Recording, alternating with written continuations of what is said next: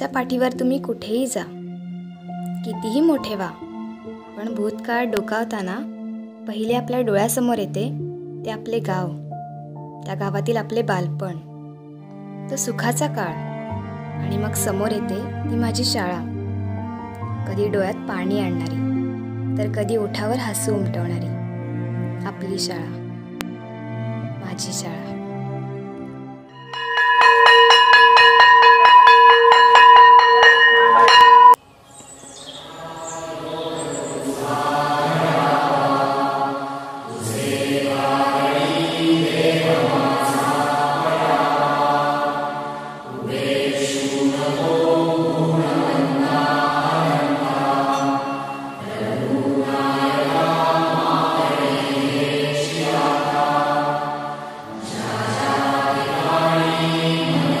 आई वडील, दुसरा आपला समाज आणि तिसरे अत्यंत महत्त्वाचे म्हणजे आपली शाळा.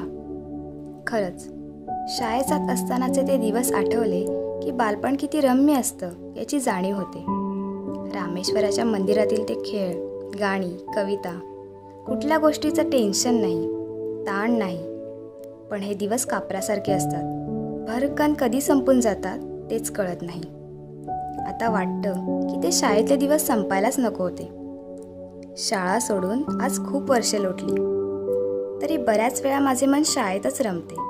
मग समोर येतो तो आठवणींचा खजिना आणि नकळत ओठांवरती येते ती मनाला भावलेली माझ्या शाळेची प्रार्थना.